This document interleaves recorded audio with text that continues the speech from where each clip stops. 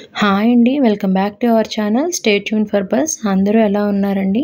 ఈరోజు మనం చేసుకోబోతున్న రెసిపీ వచ్చి ఆలూ కట్లెట్స్ అండి. ఇది చేసుకోవటం కోసం 1/2 కేజీ దాకా బంగాళదుంపను తీసుకుని ఉడికించి పొట్టు తీసి చల్లారిన తర్వాత ఇలా మెత్తగా మ్యాష్ చేసుకుని రెడీగా ఉంచుకోవాలి. ఇది చాలా సింపుల్ ప్రాసెస్. ఇంకా ఇంట్లో ఉండే ఇంగ్రీడియంట్స్తో చేసుకోగలుగుతామండి. దీనికోసం మనం 1/2 కప్పు దాకా కార్న్‌ఫ్లోర్‌ని తీసుకోవాలి.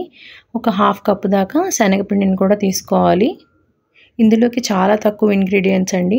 కొద్దిగా కారం, ఉప్పు, ఇంకా గరం మసాలా ఉంటే సరిపోతుంది. తర్వాత మనం మ్యాష్ చేసి పెట్టుకున్న ఈ బంగాళదుంపలో మన టేస్ట్‌కి తగినట్టుగా సాల్ట్, ఇంకా ఒక 1/2 స్పూన్ దాకా కారం, గరం మసాలా ఒక 1/2 స్పూన్ దాకా వేసుకోవాలండి. మనకి ఇంట్రెస్ట్ ఉంటే కనుక చాట్ మసాలా కూడా వేసుకోవచ్చండి. కాకపోతే నేనైతే వేయట్లేదు. నేను స్కిప్ చేసేసాను. ఇంగ్రీడియంట్స్ అన్నీ చాలా తక్కువైనా చాలా టేస్టీగా ఉంటుందండి ఇది మాత్రం. దీంట్లోకి మనం రెడీ చేసి పెట్టుకున్న శనగపిండిని ఇంకా కార్న్‌ఫ్లోర్‌ని కూడా యాడ్ చేసుకోవాలి.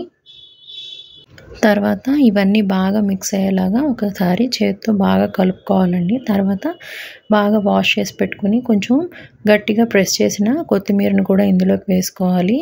ఇది మొత్తం కలిసేలాగా గట్టిగా అదుముతూ కలుపుకోవాలి. తర్వాత ఇలా ఉండొచ్చేలాగా ఉందో లేదో చూసుకోవాలి. ఇలా ఈ ముద్దను తీసుకొని మనకు కావాల్సిన కన్సిస్టెన్సీలో వచ్చిందో లేదో చూసుకొని మొత్తం మనకి నచ్చిన షేప్లో ఇలా కట్లెట్స్ని రెడీ చేసుకోవాలి. తర్వాత స్టవ్ మీద బాండీ పెట్టి ఆయిల్ వేసుకుని హీట్ అయిన ఆయిల్లో ఇలా ఒక్కొక్కటిగా వీటిని వేసుకోవాలన్నమాట. ఇది సిమ్లోనే చేసుకోవాలండి, లేకపోతే కలర్ వచ్చేస్తే కానీ లోపలైతే వేగవన్నమాట.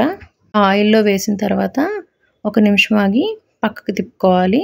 ఇలా అన్నీ గోల్డెన్ బ్రౌన్ కలర్లోకి వేగిన తర్వాత డిష్ అవుట్ చేసుకుని టమాటా కెచప్తో కానీ ఆనియన్స్తో కానీ తింటే చాలా బాగుంటాయి.